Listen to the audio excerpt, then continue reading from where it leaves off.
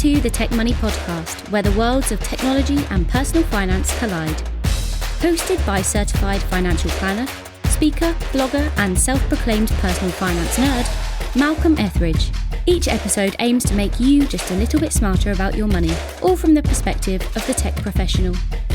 Without further delay, here's your host.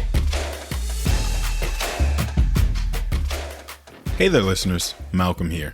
And on today's show, we're talking about equity. More specifically, we're talking about what happens to your shares when the company you work for suddenly goes private. As you can imagine, the news surrounding Elon Musk's offer to purchase Twitter and the board's subsequent decision to accept that offer has caused quite a stir in the broader tech community. And regardless of what you think about Elon's political views and his concerns about censorship versus free speech, this purchase will certainly have some pretty big ramifications for the people who work there. And as you can also imagine, I've received several messages on Twitter and LinkedIn and spoken to a handful of journalists over the past few weeks all about the impact Elon taking the company private will have on Twitter employees and their equity compensation. And I figured if that many people in the virtual world are this curious and or concerned, this is likely a conversation worth turning into a full episode. So that's what we'll be discussing today. Along with my producer, Eric with an A, I'll talk through the details of the Twitter buyout and use it as a case study for what generally happens to employees and their equity when a company decides to take itself private. So with that, Eric with an A, why don't you get us started, sir? Well, I'm going to be very forthright and honest with you, Malcolm. Yep. You're dealing with a completely blank slate in this issue because I did not, seriously, I had no idea that a company could go private from public. Yeah. I've always heard, the company's going public. It's a big, huge deal. Obviously, I've learned a ton from you, but I never knew that that was even an option. So that's number one.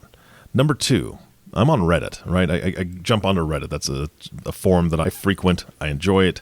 However, this whole Elon Musk stuff I have been avoiding because of all the different, I don't like getting into the political, banter and all the barrage of people's opinions, and it just seems like it's frustrating to me. So I'm like, I have no idea exactly what's going on.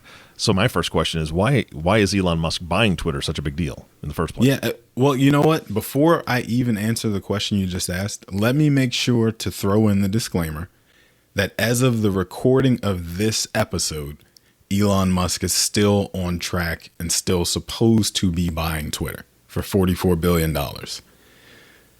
Gotcha. Who knows by the time we actually release this episode where things will be, because everything in the orbit of Elon Musk is so volatile. And I thought about that, but then I also decided that because this is as important as it is, to your point, not a ton of people are familiar with companies going private. We all have heard about IPO day. It's still probably worth just discussing it as a case study and not necessarily the Elon Musk side of it, right? So to your point, it's a big deal because of the substantial price tag, for one. As I mentioned, Elon offered $44 billion and the board accepted it, right? So for context, Jeff Bezos bought the Washington Post a few years back. That was a big deal at the time. This is something like 175 times the amount he bought the Washington Post for. Think about how much Jeff Bezos' net worth is, right? Or was at point, back then when he bought the Post, for $250 million. That 250 represented a few bucks to you and me, right? It was pocket change. This was pre-divorce Jeff Bezos, right? Who was the richest man in the world with a net worth over, $100 billion or whatever. So this $44 billion represents a much more significant portion of Elon Musk's overall net worth. So that's just, for context, that's why this is such a big deal. Mm-hmm. Yeah. When you were saying that, I was picturing myself, I go up to my dresser real quick and I rummage through my dresser drawer, my side table drawer to find that $25 for Jimmy John's, right? I kind of picture them doing the same thing. They're rummaging in their drawers. Oh, there's that $250 million. Oh, there's that, $2 billion I'm going to spend on, whatever. I don't know what that looks like when they rummage or how big their drawers are, but that's $250 million. You have some pretty big drawers. You have pretty big drawers to fill. Okay, so anyway, so investors usually borrow, right? They just borrow most of the money they need when they take a company private. I get that, but now I understand that Elon actually is going to be paying himself somehow. So how much of the $44 billion is Elon actually paying himself in this situation? Yeah, so that's also what makes this thing such a big deal or so unique. Of the $44 billion that Elon's committed to purchase Twitter, he's personally responsible for about $33 billion of it. So through loans and then also his own cash he's bringing to the table, he's personally responsible for a lot, right? To your point, in a leveraged buyout, the private equity firm acquiring the company usually only puts up about 10% or so of the total price tag. Then they go to banks and institutional lenders and borrow the remaining 90%, hence the leverage in the term leveraged buyout, right? Elon's doing the inverse. The company wasn't worth much to any bank, any bank worth anything. Let me say that. They were only willing to put up 12 billion or so. So Elon had no choice but to dip into his own piggy bank or his own dresser drawers to come up with the rest. And it's also worth mentioning here that, Elon will be borrowing against his Tesla shares to come up with a significant portion of the capital, right? He's not bringing a bag with $33 billion in cash to the closing table.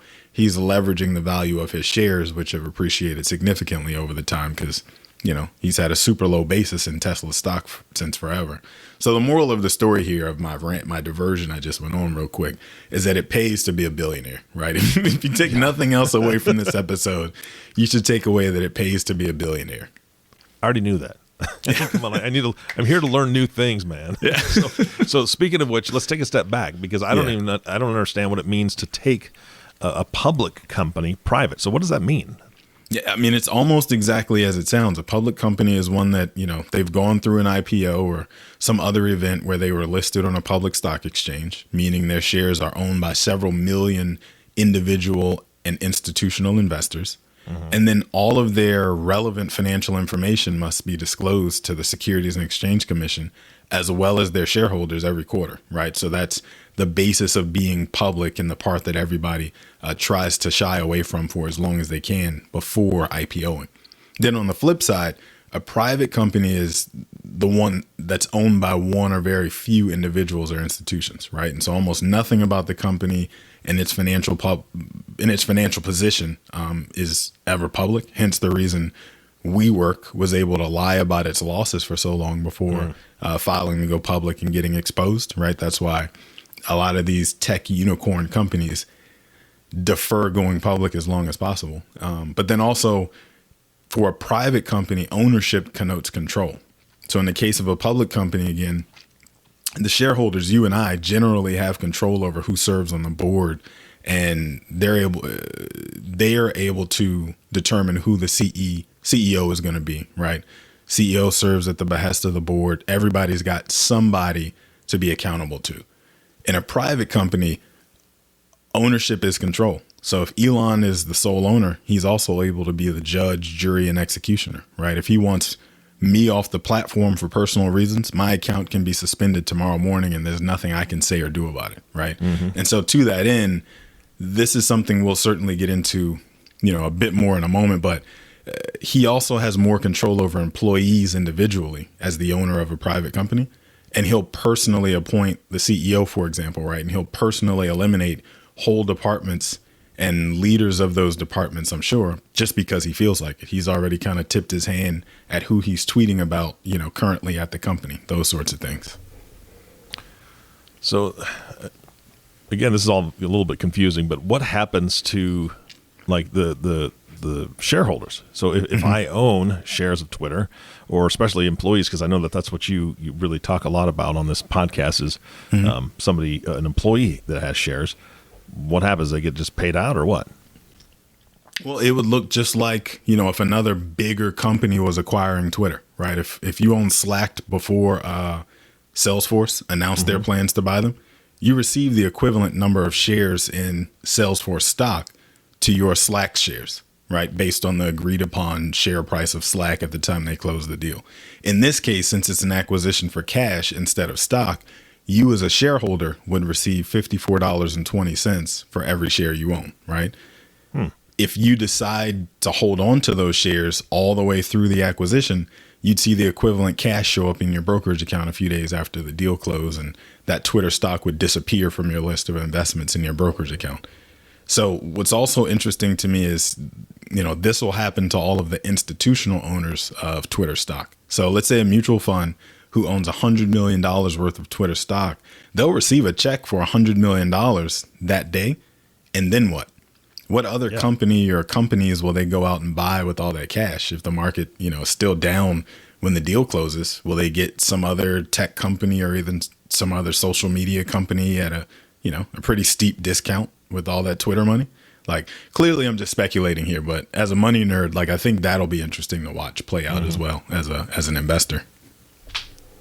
So does the price fluctuate from the time that they say, hey, he's buying it to, I'm assuming it's still moving around, but when is it locked in? When is the price locked in? Because you said once they purchase, if they hold all the way till, close or whatever, then it's going to disappear and they get the money, right? But the stock itself disappears. Is it wiser to try to get out of your Twitter shares now, or, hold on until the very end of the rope? Yeah, that's a good question. So I mentioned $54.20 is what you would get in exchange for the Twitter shares you own when this thing commences. That's because the $44 billion that Elon Musk offered is the equivalent of $54.20. So I don't know which came first, the chicken or the egg, the 54.20 price or 44 billion. Because it's got 420 smacked on the end of it, I have to assume that's an Elon Musk funny. But either way, that's what you ultimately end up with if you decide to take this ride all the way, to the day that it closes.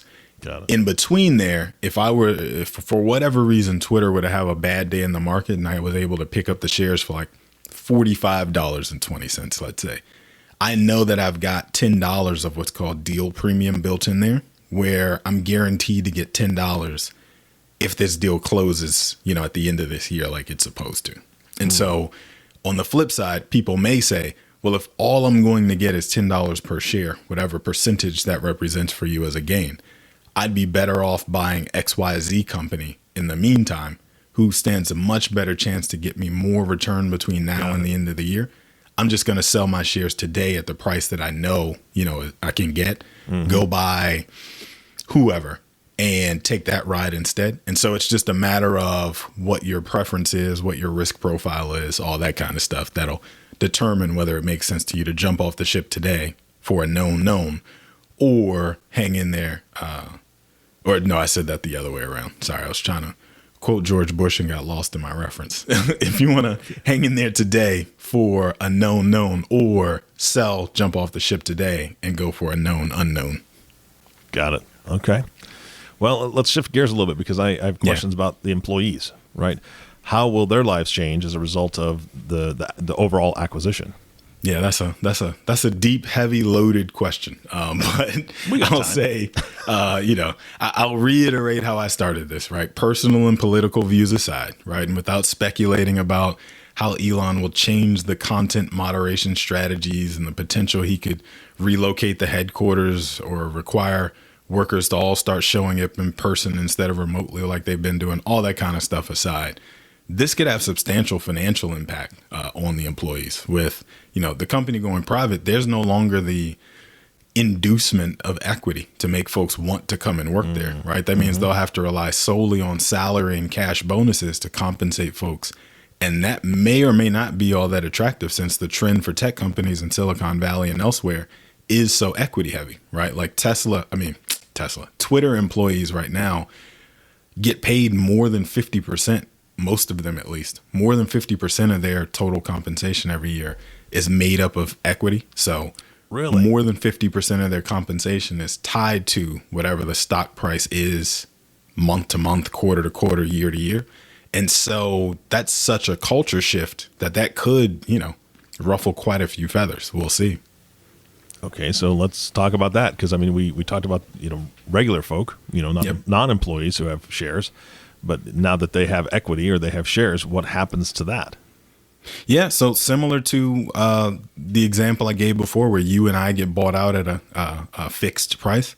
Basically, in a cash acquisition, everything gets sold: your options, your restricted stock units, and any shares you bought through the employee stock purchase plan. It's the same as what happens with, regular people's shares. So Twitter stock will disappear everywhere and be replaced by cash at a payout of $54.20 a share. So for easy math, I'll use an example here. If you're a Twitter employee and you have, say, 1,000 shares sitting in your Charles Schwab brokerage account, and I'm using them by name since that's who administers Twitter stock plan, you'd receive a deposit of $54,200.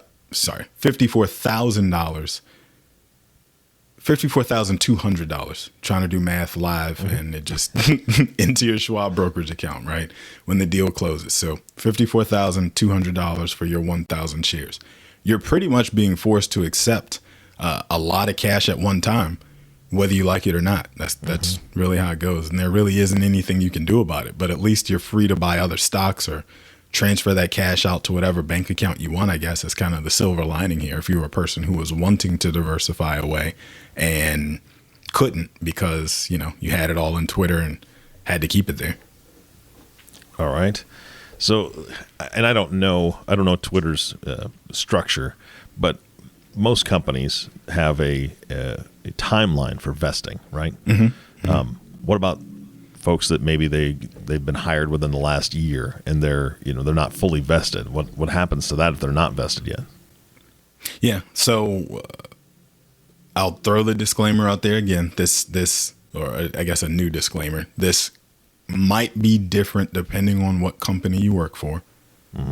Every company is different. They write these plans up differently. So I don't want to, make a blanket statement. But in the case for Twitter employees, as far as our example goes, they're using something referred to as accelerated vesting. So if you're a person whose shares typically follow a 4-year vesting timetable, as an example, and you're only, say, 2 years into that vesting requirement, you've been at the company a couple years and haven't gotten there yet, that means you've already been issued half of the shares you were owed, say, right? So 4-year contract, been there 2 years.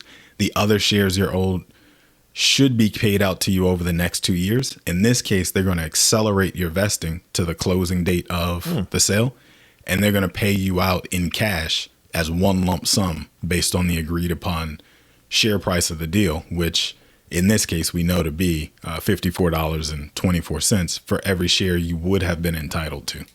So an interesting issue to watch out for here is whether Twitter makes any attempts to appease the employees who receive shares above the $54.20 purchase price at any point. Like if you were a person who was already at the company back in 2020, 2021, when the market was on fire and tech stocks were climbing every day, you may have received a lot or a tranche, as we say, of shares with the price in the 70s. That means you're already a little annoyed looking at your statement every quarter.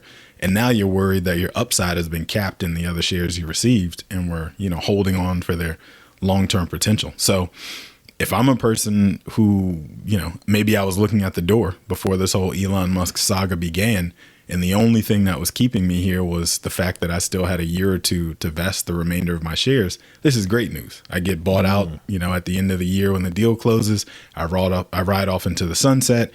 Elon has sort of unintentionally put me out of my misery in that instance, right? So it's bad news for some is also good news for others, right? Like Twitter's former CEO, Jack Dorsey, when this thing closes, again, another diversion here, but whatever. He's going to make almost $1 billion personally based on his outstanding Twitter stock.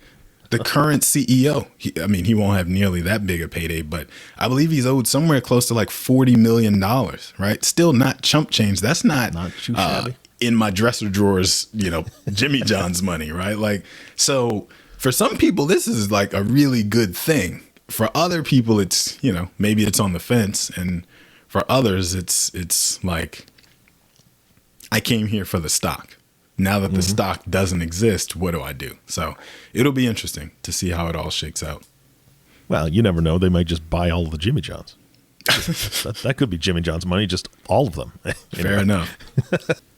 All right, so we've talked about dresser drawers full of cash and getting paid out, right? So whether they're employees or whether it's a common person who just owns Twitter, we always have to talk about taxes. Unfortunately. Yeah, right. This is the fun part of the podcast, everybody. Do I have to pay taxes on any of the money since I don't actually ask Elon Musk to buy my shares? He's just forcing it upon me.